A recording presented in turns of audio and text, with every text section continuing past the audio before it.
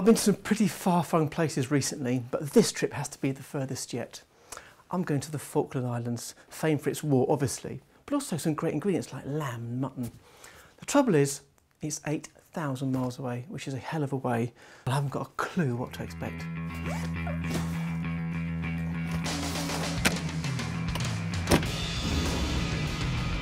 The only direct flight is from RAF Bryce Norton to Ascension Island. It's about 8 hours. We have a 2-hour refilling stop, a cup of tea, and a further 8 hours to Falklands. And bear in mind, Falklands is as far away from the South Pole as London is from the North Pole. So it's a hell of a way.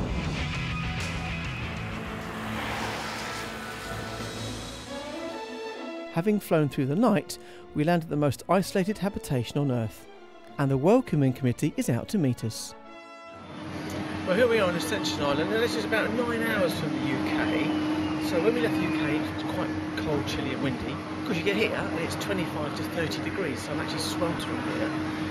10 minutes to get on the plane, for another 9 hours to the Falklands, so we're only halfway. But hey, it's not a bad place, is it?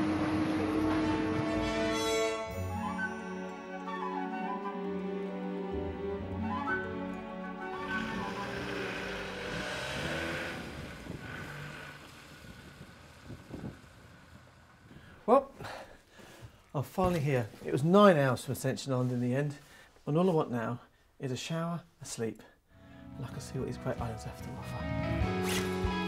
Stanley, twinned with Whitby in England, is the capital of the Falkland Islands. It is home to the majority of the 2,800 residents and the governor.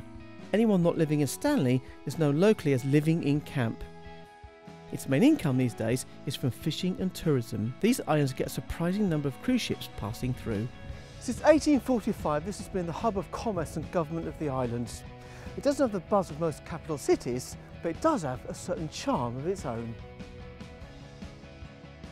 I'm off to camp with Kevin. He and his wife Hattie have taken to running tourists out to their farm at Bluff Cove to see the fantastic wildlife here in the Falklands.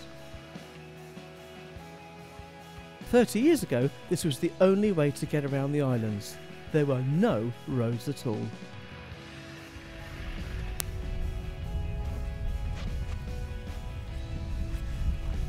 Just look at this. Look at these penguins. They've also got seals and dolphins down here, but the penguins don't just look pretty. Now this is something I've never seen before in my life. It's a penguin egg. And apparently the locals can take so many years, is that correct? Yeah, they have a certain quota per year. However, the actual yolk itself is rather fishy, so I'm interested. It does taste fishy? It does, yeah. Should we try it? I think we should, yeah. God, it's a tough shell. Look at that. So what, do you actually serve them as fried eggs? Salt and vinegar and a fried egg, yeah. And here it is. Look at that, the white. It's like a jellyfish.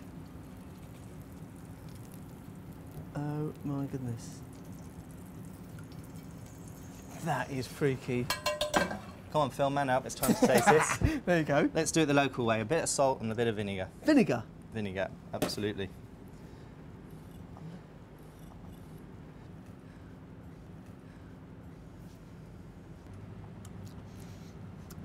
Definitely fishy. I quite like that.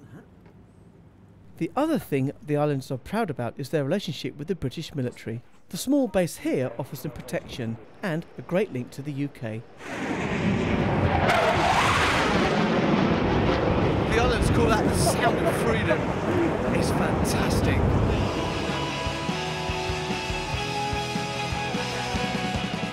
This small distant community is really special. Both the people and the islands make the long journey really worthwhile. I can't wait to get cooking with some local specialities. Cheers.